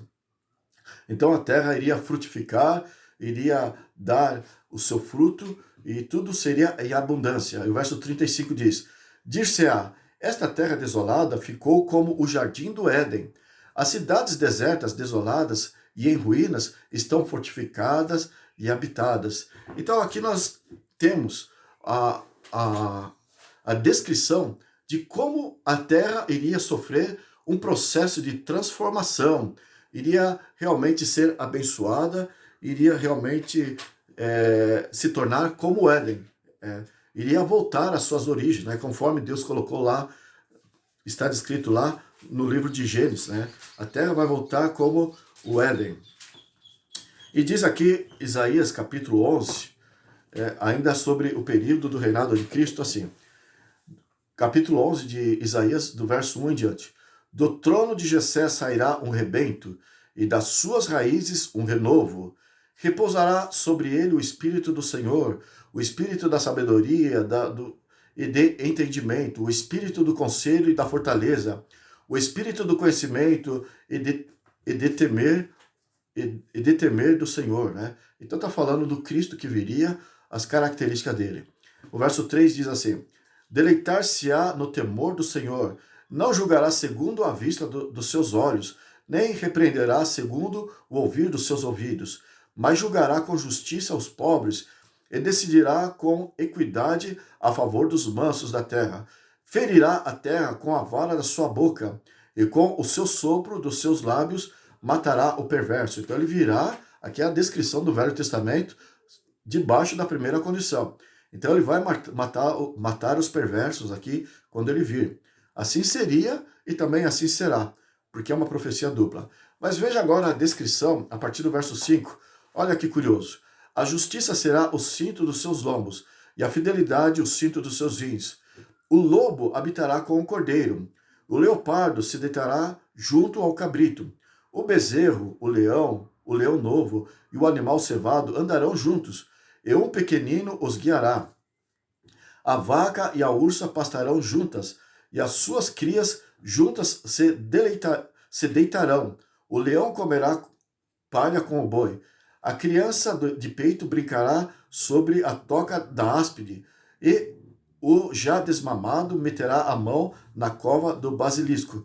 Então a criança de peito, o desmamado, significa que haveria crianças que iriam nascer de acordo com aquela situação, né? De acordo com aquele cumprimento do Messias ter vindo naqueles dias, debaixo da obediência do povo de Israel. Então, criança de peito, criança que mama, significa que haveria casamentos ainda, né? E, de repente, haveria o nascimento dessas crianças. E elas brincarão livremente ali na nova terra. E o verso 9 continua: Não se fará mal nem dano algum em todo o meu santo monte, porque a terra se encherá do conhecimento do Senhor, como as águas cobrem o mar. Naquele dia recorrerão as nações e a raiz de Jessé, que está posta por estandarte dos povos. A glória lhe será a morada. Então, essa descrição é esse processo que nós encontramos na Bíblia, e eu citei alguns textos, mas tudo isso é uma curiosidade, né, de como seria se o povo de Israel tivesse sido fiel e aceitado as mensagens dos profetas, aceitado os apelos de João Batista e, consequentemente, aceito o Messias, que foi Cristo. Então, tudo isso iria acontecer debaixo dessa condição. Mas você encontra muito termos assim, nessas profecias: vem o fim. Muitas vezes você vai encontrar esse termo vem o fim, mas se reporta ao período do passado. Ou o termo naquele dia, o povo espalhado, depois o povo sendo ajuntado.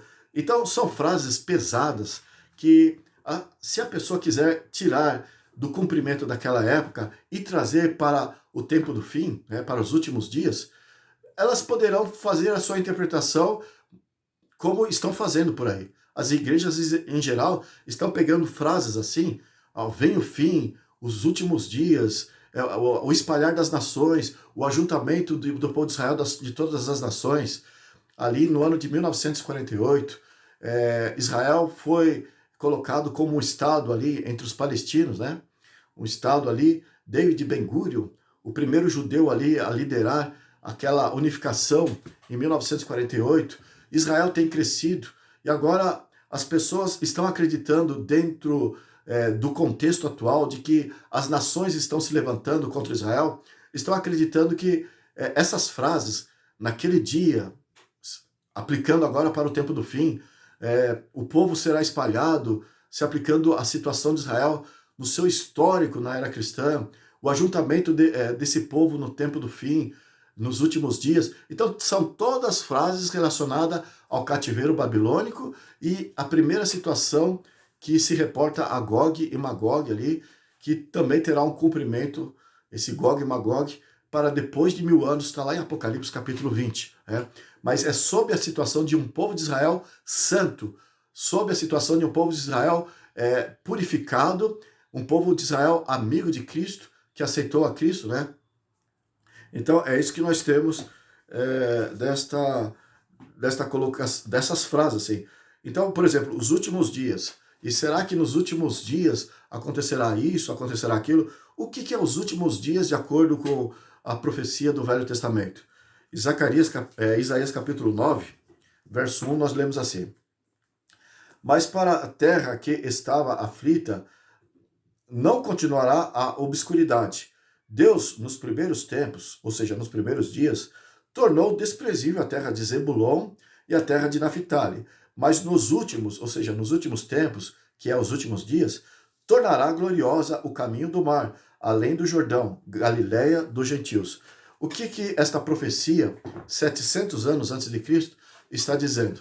Está dizendo que nos primeiros dias, aquela região da Galiléia, que corresponde às terras de Naphtali e Benjamim, eram terras desprezíveis, né? Então, de Zebulon, né? Naphtali e Zebulon, eram terras desprezíveis. Só que essas terras correspondem à região de Belém, aonde Jesus nasceu. E diz que nos primeiros tempos, nos primeiros dias, eram terras desprezíveis. No entanto, nos últimos dias, se tornou uma terra gloriosa. E por que isso? Porque Cristo nasceu. E os últimos dias, de acordo com a Bíblia, é um indicativo do momento em que Jesus nasceu ali em Belém da Judéia. Vamos ver isso lá em Atos, capítulo 2. Pedro pregou isso. Atos, capítulo 2. Pedro pregou ali sobre o dom de línguas lá no Pentecostes. Para as pessoas que ficaram admiradas, ele falou assim, Atos 2, verso 16 ao 21. Mas o que ocorre é o que foi dito por intermédio do profeta Joel, verso 17. E acontecerá nos últimos dias, diz o Senhor, que derramarei o meu espírito sobre toda a carne, vossos filhos e vossas filhas profetizarão, vossos jovens terão visões e sonharão vossos velhos, e assim por diante. Leia até o verso 21, Pedro está explicando, mas ele está dizendo que nos últimos dias, o profeta Joel já havia explicado que os dons de Deus recairiam sobre os seus filhos. E eles começaram a falar línguas ali, o dom de línguas, e ali ele está explicando, nos últimos dias, fazendo uma referência desde o tempo em que Jesus veio ao mundo e andou entre nós, e aqui foi estabelecido os últimos dias. Hebreus capítulo 1, nós temos também essa confirmação. Hebreus capítulo 1, o versículo 1 e 2. Nós lemos assim, havendo Deus outrora falado muitas vezes e de muitas maneiras aos pais pelos profetas, nesses últimos dias nos falou pelo Filho, a quem constituiu herdeiro, e de todas as coisas pelo qual também fez o universo. Ele que é o resplendor da glória e a expressão exata do seu ser, sustentando todas as coisas pela palavra do seu poder. Depois de ter feito a purificação dos pecados, assentou-se à direita da majestade nas alturas. Mas veja aqui que no verso 2, começou a dizer, nesses últimos dias se cumpriu porque Jesus veio. Então, os últimos dias, na Bíblia, é tido como sendo desde o momento em que Jesus deveria nascer, né, a sua primeira vinda. Então, quando você lê no Velho Testamento, e haverá que nos últimos dias vai acontecer isso, ou vai acontecer aquilo, é o que eu já tenho dito. Se reporta aqueles momentos em que Jesus deveria nascer, e não muito tempo depois, ele retornaria, depois de ter ido ao céu, retornaria e iria pleitear a favor do seu povo, e o mundo iria gradativamente sendo transformado, porque o evangelismo iria ser pregado para todas as pessoas a partir de então. Enfim, é isso que nós temos que analisar aqui. Veja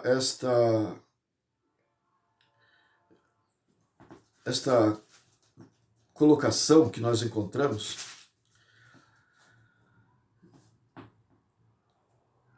Por exemplo, algumas pessoas ficam sem saber aplicar a profecia de forma correta, né? E aí eles fazem todo essa interpretação fantasiosa, essa interpretação fantástica, querendo fazer com que as pessoas acreditem que Israel ainda, nos últimos dias, vai ser o povo escolhido, mas não é isso que a Bíblia está a nos dizer, né? A Bíblia está a nos falar. Eu estava procurando aqui um texto muito bonito do livro de Zacarias, eu não encontrei. Mas esse texto, ele fala que as pessoas virão de todos os lugares, lá em Zacarias, você vai encontrar isso. Elas virão de todos os lugares e vão perguntar, que feridas são estas nas tuas mãos? Então eles vão querer conhecer o Messias, e ele vai explicar que ele morreu para salvar não somente os judeus, mas todos os povos. Há um texto lá de Zacarias, você tem um pouco de paciência que eu quero passar para você, eu faço questão que você seja contemplado agora com esse texto, porque ele é muito, muito comovente, né? Explicar, deixa eu ver se eu acho.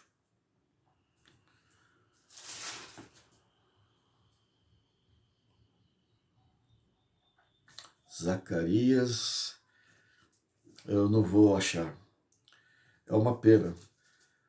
Mas você procura ali em Zacarias, que tem esse verso que os salvos, eles vão perguntar, né? Que feridas são essas nas tuas mãos? Eles irão até Cristo e vão ver as feridas e ele vai explicar, eu morri, conforme São João 3,16. Deus amou o mundo de tal maneira que Jesus veio. Bem, é por não entender que essas expressões, dia do Senhor, o tempo do fim, povo espalhado, povo ajuntado, ou naquele dia, se refere, a princípio, a aplicação é para aqueles idos, é que eles pegam um texto como Oséias 3, 4 e 5. Vamos ver o que diz Oséias 3, 4 e 5. Eles pegam esse texto, entre outros, e é tendencioso se você olhar assim, só o texto, sem entender o que a Bíblia diz a respeito, sem comparar com o contexto, conforme nós estamos analisando aqui. Então é tendencioso você tirar lá do passado a sua aplicação, a sua aplicação original e querer trazer exclusivamente para o futuro e querer explicar profecias assim. Então, Oséias 3, 4 e 5, olha só como ele é tendencioso se ele não for analisado debaixo dessa luz. Nós lemos assim: porque os filhos de Israel ficarão por muitos dias sem rei, sem príncipe, sem sacrifício, sem coluna, sem estola sacerdotal ou ídolos do lar. Depois tornarão os filhos de Israel e buscarão ao Senhor seu Deus e a Davi seu rei. E nos últimos dias, veja, os últimos dias, tremendo se aproximarão do Senhor e da sua bondade. Então, a interpretação que eles olham esse texto isolado é para o que estão a dizer por aí. Olha, durante muitos anos Israel ficou sem funcionar, com o sacerdote, com sacrifícios e tudo mais. Mas nos últimos dias, diz a profecia, Deus iria trazer o seu povo para Jerusalém, iria restituir, restaurar todos aqueles cerimoniais. Mas não é para o nosso tempo. Os últimos dias diz para aquele momento que já foi considerado debaixo daquela condição. Seria para logo depois da ressurreição de Cristo, ou bem antes da vinda dele até, depende de como você for analisar para que época a profecia aponta. Ezequiel capítulo 21, verso 27, nós lemos assim. Ezequiel 21, verso 27. Nós lemos assim: ruína, a ruínas a reduzirei. E algumas versões diz, ao revés, a reduzirei. E ela já não será, até que venha aquele a quem ela pertence de direito, e a ela darei. Então, em outras palavras, está dizendo que iria sofrer muitas ruínas, muitas desolações do povo de Israel, mas chegaria o momento, depois de muitas desolações, que Deus voltaria a dar a Israel a sua autonomia que tem por direito. Então é um texto aqui tendencioso. Se a pessoa ler fora do contexto, debaixo do que o profeta está dizendo, né? E Ezequiel fala muito depois do cativeiro babilônico, mas lendo sem analisar isso, a pessoa vai considerar como sendo para os nossos dias, mas não tem esta aplicação. O povo de Israel não é mais o povo de Deus, conforme deveria ser e deveria acontecer. Então, o que são profecias duplas, na verdade? Profecias duplas, eles têm um acontecimento para a época, mas a Bíblia, na verdade, repete isso na era cristã, depois que o povo de Israel fechou as suas portas como nação, como povo de Deus. Então, tem um complemento duplo. Deveria acontecer de forma minúscula, num ponto geográfico da Terra, numa área limitada para aqueles dias, mas debaixo daquela condição de obediência, mas deverá se cumprir na era cristã, mesmo o povo de Deus, Israel, não sendo mais povo Israel, sendo todos os cristãos ao redor do mundo, mesmo debaixo agora desta condição, as profecias duplas, elas hão de acontecer, mas agora de uma forma muito mais ampla, muito mais dimensionada. Vamos ver lá em Joel capítulo 2. E é tendencioso as linguagens que a Bíblia usa para fazer a gente entender isso, né? Porque Deus, na sua onisciência, ele foi preparando as mensagens para a dupla ocorrência. Então, Joel 2, do verso 1, diz assim, em diante: Tocai a trombeta em Sião, e dai voz de rebate ao meu santo monte. Perturbem-se todos os moradores da terra. Veja, o assunto aqui é para o povo daquela época, mas está dizendo, perturbem-se todos os moradores da terra, porque o dia do Senhor, veja, o dia do Senhor, as pessoas tiram essa frase e aplicam para agora o nosso tempo. Mas aqui é uma profecia dupla. É por isso que está usando essa linguagem que se aplica ao nosso tempo. Mas a princípio a sua aplicação era para aqueles dias, porque a mensagem do profeta, aqui Joel, era para o povo de Israel debaixo daquela condição. Mas mesmo assim usou essa linguagem que se aplica ao nosso tempo. Então diz assim, porque o dia do Senhor vem e já está próximo. Joel 2, verso 2. Dia de escuridade, de densas trevas, dia de nuvens de negridão, como a alva por sobre os montes, assim se difunde um povo grande e poderoso, do qual desde o tempo antigo nunca houve, nem depois dele haverá por anos diante, de geração em geração. Enfim, vai falando desse acontecimento a nível global. E diz o verso 10 e o verso 11. Joel 2, 10 e 11. Diante deles treme a terra e os céus se abalam. Veja, toda a natureza se convulsiona, mas é algo para o povo daqueles dias, né? O sol e a lua se escurecem e as estrelas retiram o seu resplendor. O Senhor levanta a sua voz diante do seu exército, porque muitíssimo grande é o seu arraial, porque é poderoso. Quem executa as suas ordens? Sim, grande é o dia do Senhor e muito terrível. Quem o poderá suportar? Fazendo referência a isso, Apocalipse capítulo 6, versos 16 e 17, faz a mesma pergunta e descreve coisas tormentosas, grandiosas, essa convulsão da natureza a nível universal, assim, né? O capítulo 3, 9 a 17, diz assim, proclamai isto entre as nações, apregoai guerra santa e suscitai os valentes. Cheguem-se, subam todos os homens de guerra. Forjai espadas das vossas relhas e arados e lanças das vossas podadeiras. Digo fraco, eu sou forte. Apressai-vos e vinde todos os povos em redor e congregai-vos para ali. Ó Senhor, faze descer os teus valentes. Então agora o verso 12 continua. Levante-se as nações e sigam para o vale de Josafá, porque ali me assentarei para julgar todas as nações em redor. Lançai a foice, porque está madura a seara. Vinde, pisai, porque o largar está cheio e os seus compartimentos transbordam, porquanto a sua malícia é grande. Multidões no vale da decisão, porque o dia do Senhor está perto no vale da decisão. E diz assim o verso 15, o sol e a lua se escurecem, e as estrelas retiram o seu resplendor. O Senhor brama de Sião e se fará ouvir de Jerusalém, e os céus e a terra tremerão.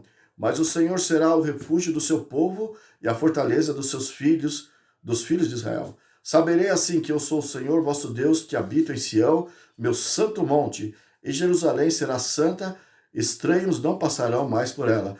E aqui ele começa a mudar da coisa universal, né, até nas estrelas, no sol, na lua, e de repente ele vai falando de Jerusalém. Então isso é profecia dupla. Tem uma linguagem que se aplica para aquela época, mas também é uma providência de Deus para o tempo do fim. Sofonias, capítulo 1.